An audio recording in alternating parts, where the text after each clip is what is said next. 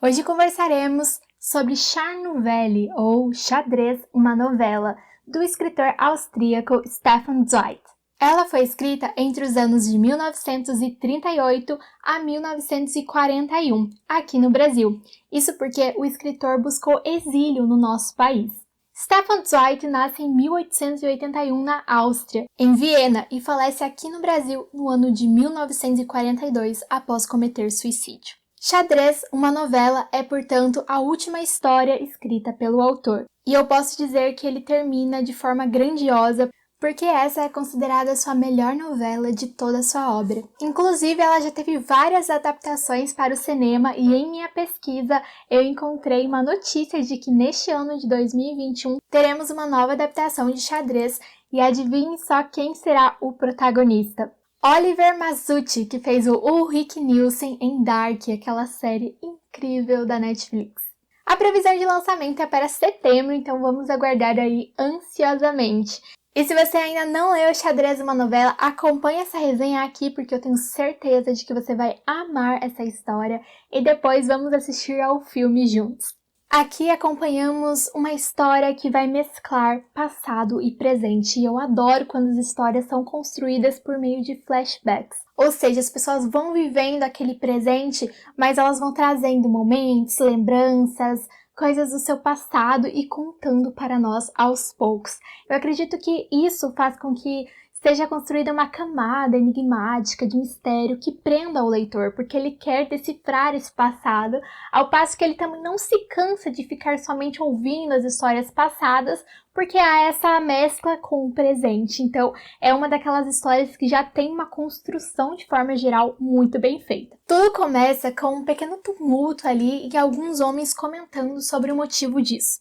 Um campeão mundial de xadrez está presente no navio no qual eles farão uma viagem. E é claro que o nosso narrador ele fica muito interessado, ele nunca havia conversado com o campeão de xadrez antes, tampouco ele tinha ideia de como era jogar xadrez profissionalmente, de forma séria, e ainda mais ele tinha essa curiosidade de falar, de ver como é um gênio, porque os grandes jogadores de xadrez, de forma geral, são considerados gênios pela população, porque eles conseguem dominar muito bem um jogo, uma arte que nem todos conseguem, ou seja, eles têm um talento único. É claro que há também muito trabalho, muito treino envolvido nisso, mas eu acredito que talento e trabalho, e técnica e estudo sempre se complementam. O fato é que esse jogador de xadrez, ele também tem uma história por trás que é muito curiosa. Isso porque ele vem de uma família muito humilde, ele não teve muito acesso à educação, ao ensino, e além disso, quando ele estudava, ele era considerado um garoto nada inteligente, sem aptidão nenhuma para matemática, que era na época assim considerada como a grande matéria mais ligada ali ao jogo de xadrez devido ao cálculo dos lances. Por isso, ele também surpreende muita gente ao se tornar um jogador de xadrez. Bom, na verdade, esse talento dele foi descoberto assim super por acaso. Um dia ele acabou jogando com um policial e um padre ali da localidade que viram que ele tinha talento. Inclusive, ele havia aprendido a jogar simplesmente olhando esse padre e esse policial jogarem. Na primeira vez que ele joga com eles, ele já consegue uma vitória de cada um deles, e aí, surpreendidos, eles o levam para um clube de xadrez em uma cidade próxima. Chegando lá, ele acaba ganhando de todo mundo, e assim ele começa a praticar torneios e cada vez mais ganhar, até que chega um momento que ele torna-se o grande campeão mundial. E se você já está sentindo que conhece essa história, bem, na verdade talvez você conheça, porque recentemente nós tivemos aí a série O Gambito da Rainha, que tem uma história bem parecida com essa, apesar de ela ser baseada em outro livro. E eu gravei um vídeo sobre o Gambito da Rainha falando da relação de xadrez, porque eu sou jogadora de xadrez, e ao mesmo tempo trazendo uma crítica ali de cinema a respeito da produção de forma geral. Se intercalou muito bem com o xadrez ou não, e eu vou deixar o link ali na descrição para que vocês possam conferir. Mas retornando aqui a esse livro, essa história do campeão de xadrez nós vamos descobrindo no decorrer da narrativa à medida que o nosso narrador também vai descobrindo. Então ele vai descobrindo e nos contando. E aí, de início, o que nós leitores pensamos? Nós pensamos que o grande mistério da história vai ser em torno desse jogador de xadrez, que nós vamos desvendando a vida dele até descobrir como ele se tornou um grande jogador ou alguma coisa que ele esconde, algo em torno dele, porque toda a história de início é focada nele. Só que na verdade, a história apresenta um plot twist atrás do outro. Eu diria que temos ali pelo menos 2 grandes plot twists no final da história. De início, a história é um pouco lenta, mas na medida que ela vai trazendo mais informações para nós leitores, nós ficamos tão presos que nós não conseguimos parar de ler. Principalmente a partir do momento que o nosso narrador ele decide tentar se aproximar desse jogador de xadrez, o Mirko Czentovic, para tentar conversar com ele, ou então para tentar jogar com ele de repente. Só que ele não consegue isso, digamos que ele não é assim tão cara de pau para chegar, barrar o cara e falar com ele, assim, então ele procura outras artimanhas. E aí uma frase que ele fala logo no início, e que eu acho que é uma frase super verdadeira, é a seguinte: como chamar a atenção de um jogador de xadrez? Jogando xadrez. Então é isso que ele faz. Ele acha um tabuleiro e aí ele finge uma situação de jogo ali com a esposa dele e aos poucos as pessoas vão se aproximando para ver ele jogando. De repente alguém já pergunta se pode jogar também e assim as pessoas vão fazendo aquela multidão dentro da sala de jogos no navio. E aí o campeão mundial se aproxima para ver a partida. Mas é claro que ele, enquanto um campeão mundial, grande detentor de saberes acerca do xadrez, estruturas, aberturas, defesas, tática e estratégia, ele vê aquela partida de amadores e não se interessa, porque um jogador de xadrez que é muito forte, ele consegue deduzir ali apenas por ver a partida se ela é uma partida de iniciantes, de amadores ou então de alguém que seja mais profissional. E decepcionado com o andamento da partida, ele simplesmente bate o olho e sai. Só que o nosso narrador, ele viu que a pessoa que estava jogando contra ele nesse momento era uma pessoa muito egocêntrica, narcisista, metida. E aí ele comenta com essa pessoa, um homem que parece ser um empresário de grandes posses, que o campeão mundial de xadrez acabou de passar por ali, olhou a partida deles e não achou que eles fossem dignos de sua audiência e foi embora.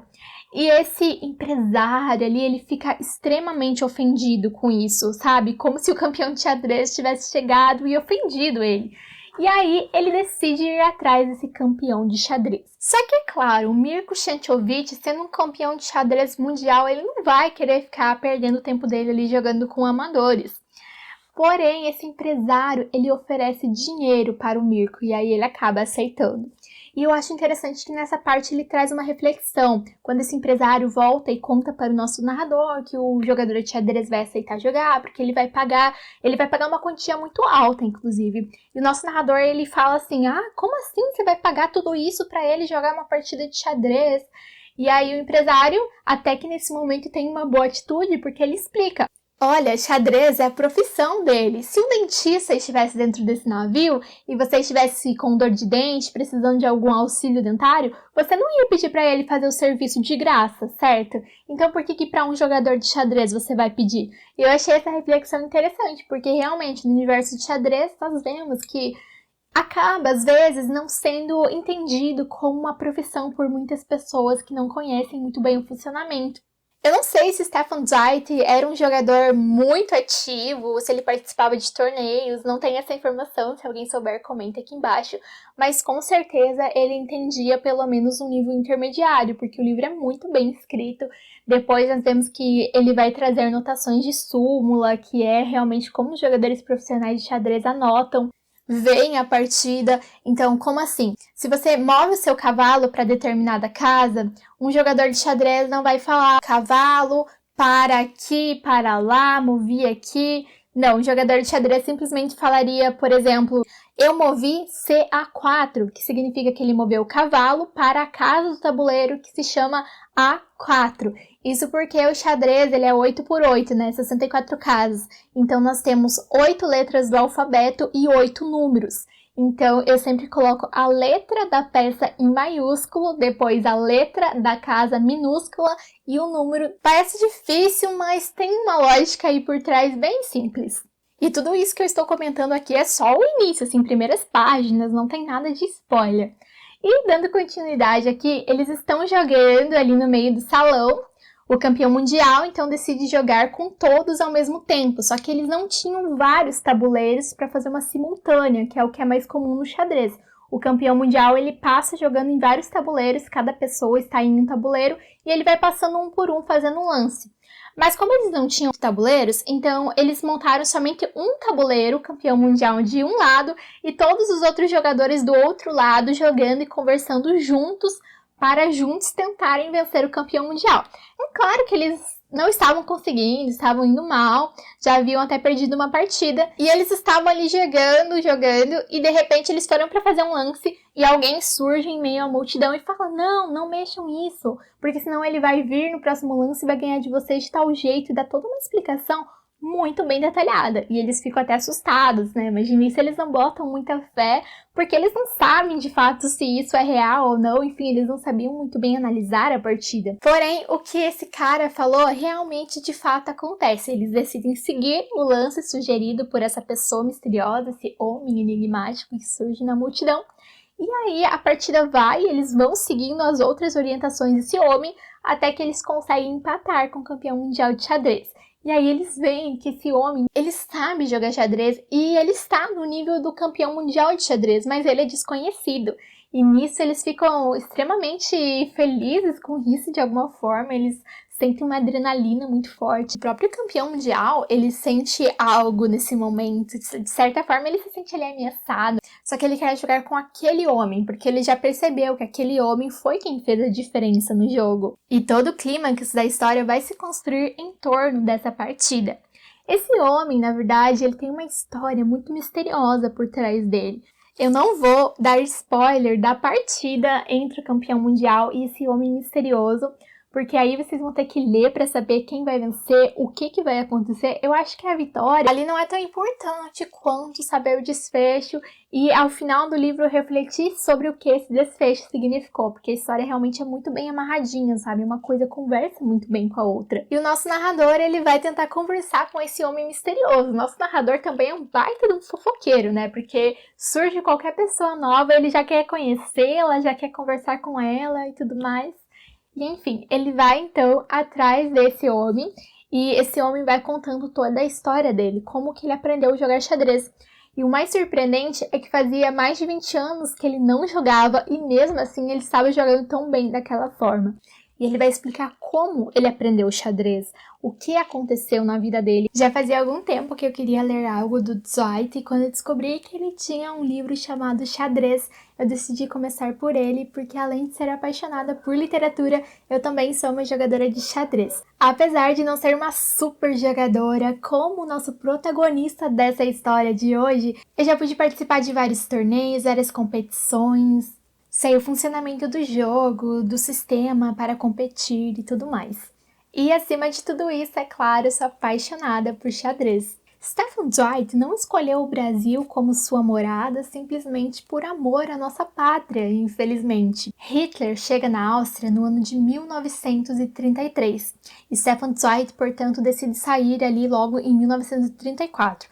Ele vai para a Inglaterra, para os Estados Unidos e aí acaba decidindo ficar aqui no Brasil. Lembrando que a Segunda Guerra Mundial começa em 1939 e termina mais ou menos em 1945, ou seja, nesse período de transição do Zweig de um país para o outro buscando exílio.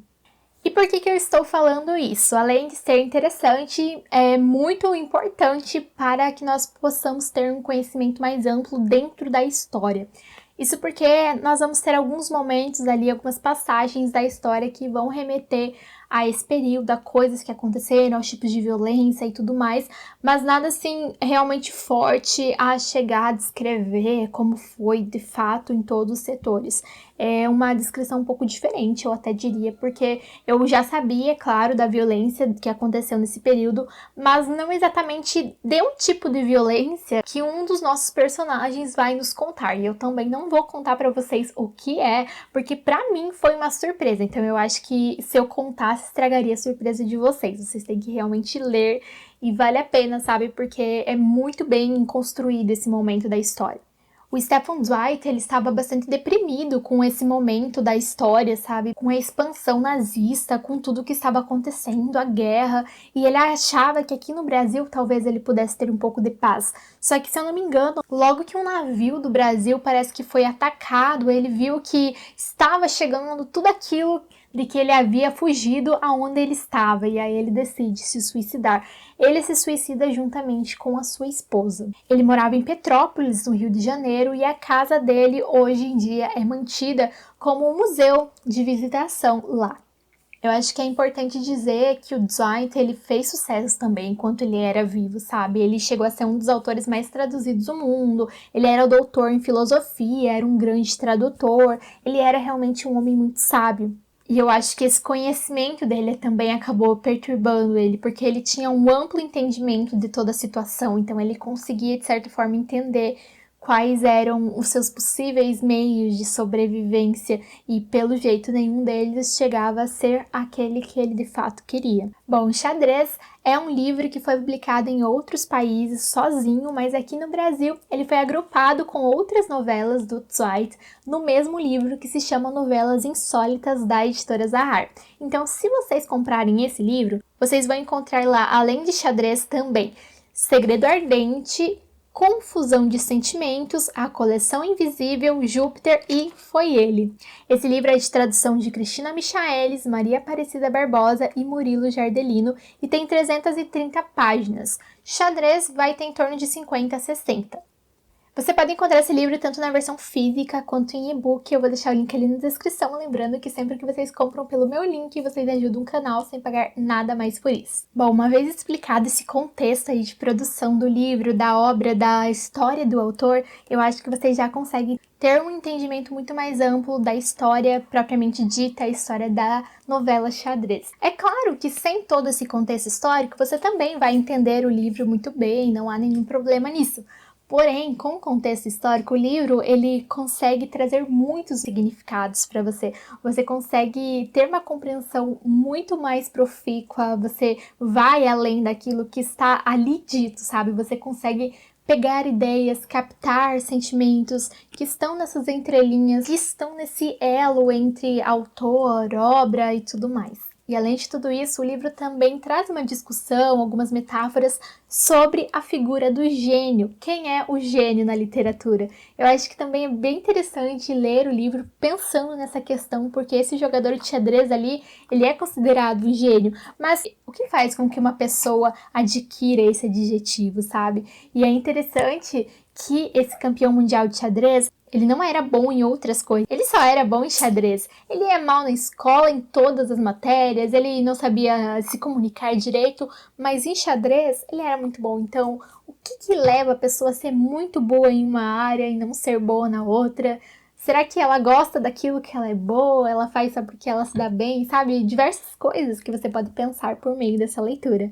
E é isso por hoje. Caso vocês tenham gostado do vídeo, não esqueçam de curtir, de se inscrever no canal se ainda não forem inscritos. Também ativem as notificações e me contem aí nos comentários se vocês ficaram com vontade de ler esse livro.